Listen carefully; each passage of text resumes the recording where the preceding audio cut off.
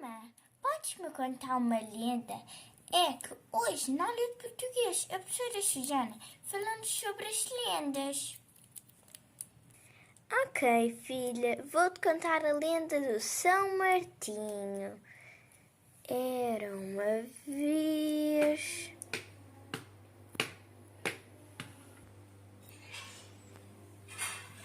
Podes-me dar uma monta? Ajuda, estou aqui, por favor, ajuda. Não, estou cheia de frio, está a chover, ajuda. Ok.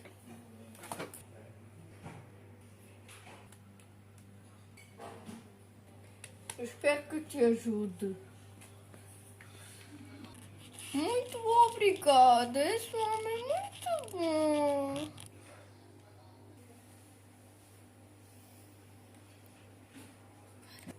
O sol apareceu. Pois foi. Espero que fiques bem.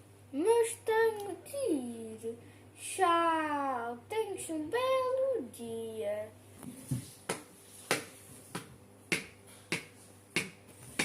Acho que já adormeceste.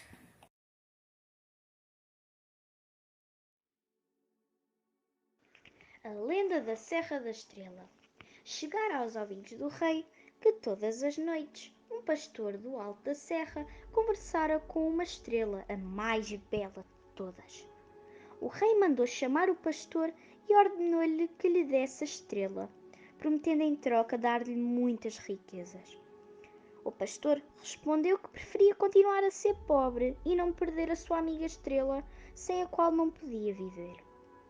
Ao voltar à sua cabana, no alto da serra, o pastor ouviu a sua estrela contar-lhe o receio que tivera de ele se deixar levar pela ambição da riqueza.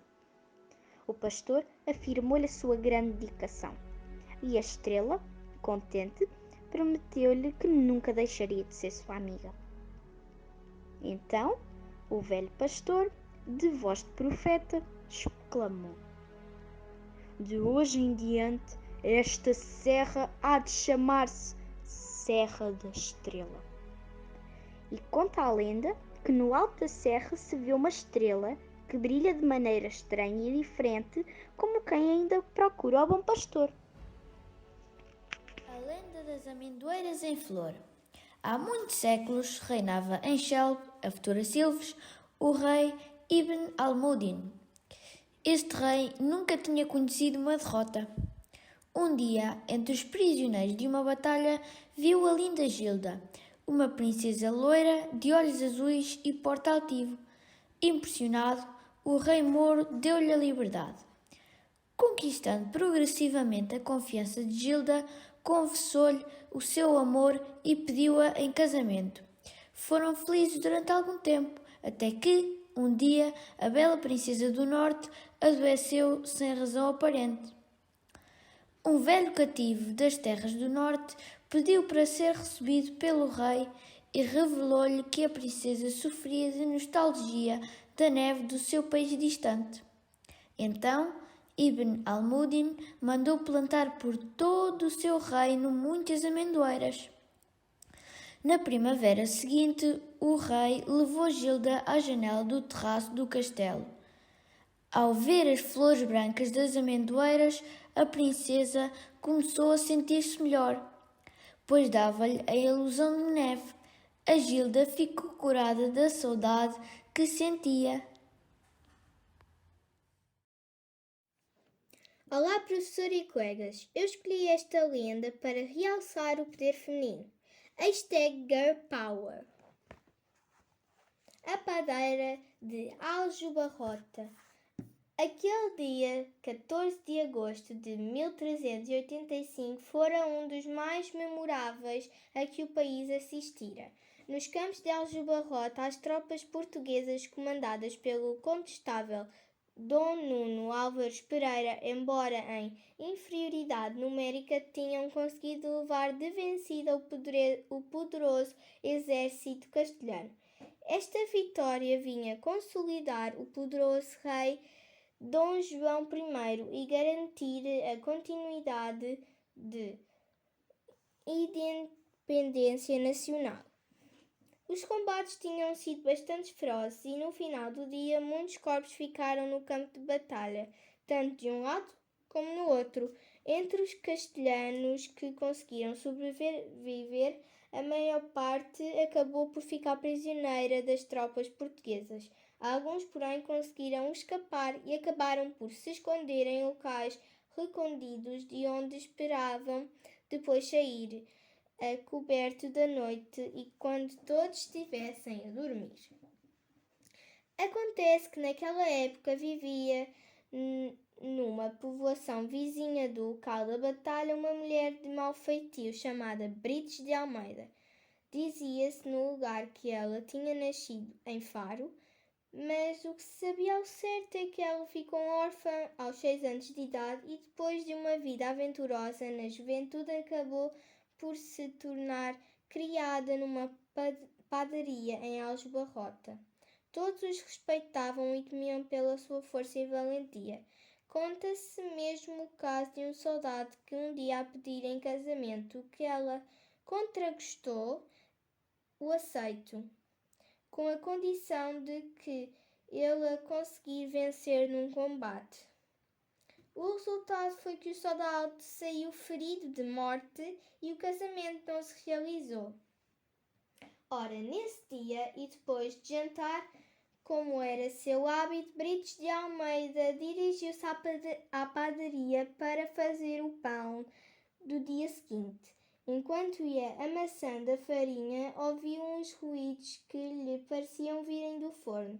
De início não deu grande importância ao assunto, convencida que se tratava de algum rato, dos que por ali costumavam passear em busca de algum alimento. Mas aquele barulho começou a intrigá-la. Parecia-lhe diferente. Decidiu, por isso, aproximar-se e escutar com atenção. Foi então que se apercebeu de tratar-se de soldados castelhanos que sussurravam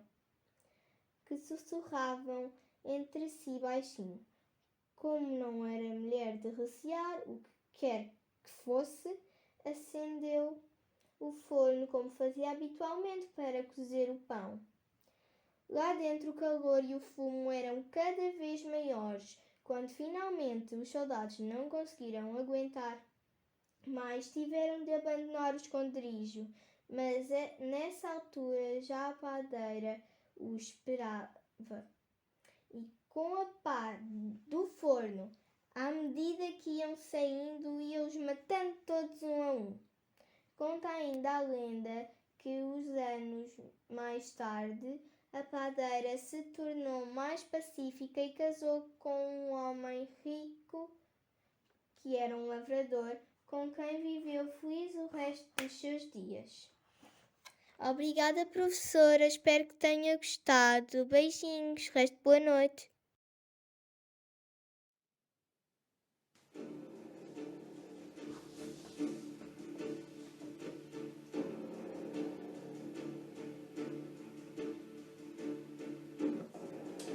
Lenda do Tesouro, do Capitão Kidd.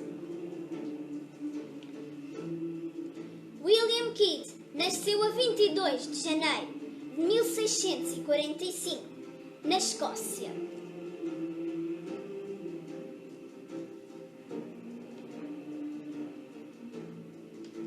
Mais conhecido por Capitão Kidd, em 1689 recebeu ordens do rei de Inglaterra para capturar piratas franceses na região do Madagascar. Fez-se ao mar, mas ao fim de um ano ainda não tinha conseguido fazer nenhuma captura. Então, ele próprio decidiu tornar-se pirata. Lançou âncora no Mar Vermelho e, ao fim de 3 semanas, atacou um navio de mercadorias mouro.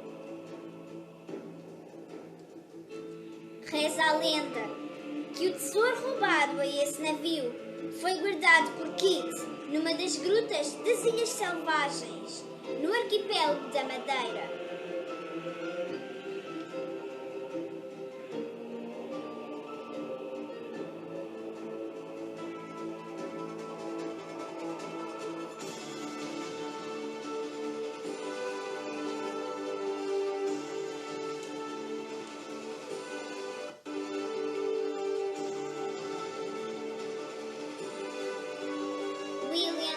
terá sido capturado e assassinado a 23 de maio de 1701. Esta é a lenda do tesouro do Capitão Kidd.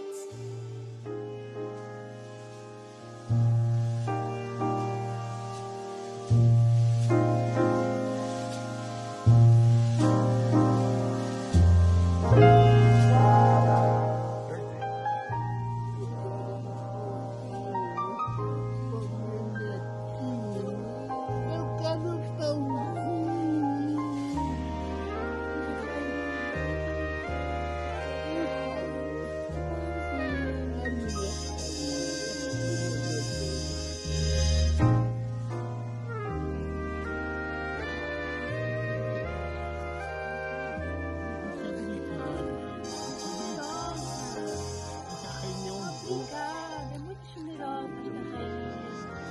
Obrigada.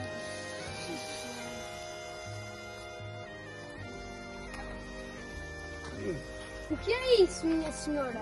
São rosas, meu senhor. São rosas.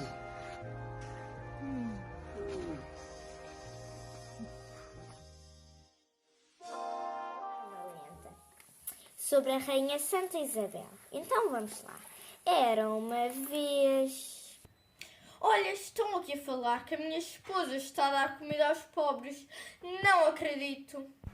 Para ter a certeza, eu vou com a Rainha Isabel sair para ver o que ela anda a fazer. Espero que não seja nada disso. Algum tempo depois... eu acho que eu vou agora dar comida aos pobres.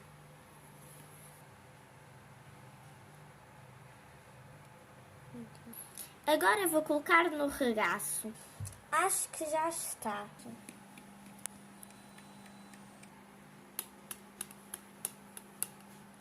O que levaste no regaço? São rosas, meu senhor. Que mentira, que grande mentira. Em janeiro não será possível haver rosas. Mostre-me o que trazes no regaço. Ok.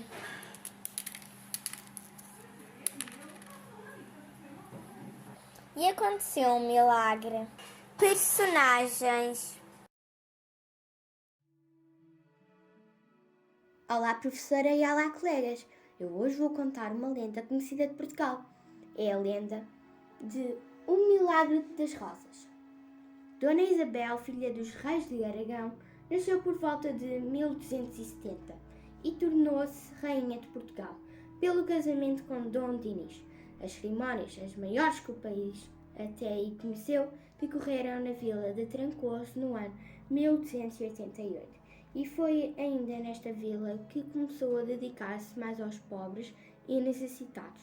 Diz-se que às escondidas recebia os pobres das vizinhanças, a quem alimentava e vestia, chegando mesmo a lavar-lhes os pés. Além de auxiliar com esmolas, criou hospitais para tratar os feridos e doentes, tarefa de quem se preocupava também, muitas vezes pessoalmente. Por tudo isso, a sua fama foi crescendo, de tal forma que em breve o povo passou a chamar-lhe Rainha Santa. No entanto, este comportamento não agradava a todos. Alguns criticavam as suas atitudes por considerarem que não eram próprias de uma rainha e censuraram-lhe o dinheiro gasto em esmolas e ações de caridade.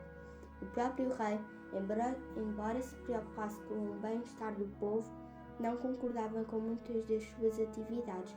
Os comentários foram aumentando de tal forma que um dia um dos nobres mais importantes e que mais contestava o seu comportamento acabou por dar conhecimento ao rei do que estava a passar. Ora, acontece que nessa altura a rainha estava ocupada com acompanhar as obras de construção do convento de Santa Clara que havia acabado de fundar em Coimbra. E às escondidas, sempre que ia de visita aos conventos, levava esmolas e alimento para os operários que lá trabalhavam. Sabedor do que se passava, um dia de manhã, sem que a rainha o esperasse, o rei saiu-lhe ao caminho, apanhado de surpresa. Quando já estava perto do local do destino, Dona Isabel ainda procurou esconder no regaço um volume que levava consigo, mas não conseguiu evitar que o rei desse pelo gesto e lhe perguntasse o que levava debaixo do manto. A rainha, embora surpreendida, respondeu-lhe tranquilamente que ia decorar os altares do convento, furioso com a resposta de Dona Inês ter-lhe dito: "Porque mintes? Bem sei que estás contra a minha vontade, levais dinheiro aos pobres." O rei estava verdadeiramente zangado, mas imediatamente, sem qualquer hesitação na voz, a rainha retorquiu-lhe: "Enganai-vos, senhor. O que eu levo no regaço são rosas." "Rosas? Não é possível nesta altura do ano?" Para mostrar que falava a verdade, a rainha abriu então o manto e, perante a surpresa do rei e de todos os que acompanhavam, surgiu um belo ramo de rosas. O rei logo ali pediu perdão à rainha, que pôde, por fim, prosseguir a viagem e distribuir as esmolas que levava consigo. Muito obrigada, espero que tenham gostado, principalmente a professora. Eu gosto muito desta história e muito obrigada e beijinhos.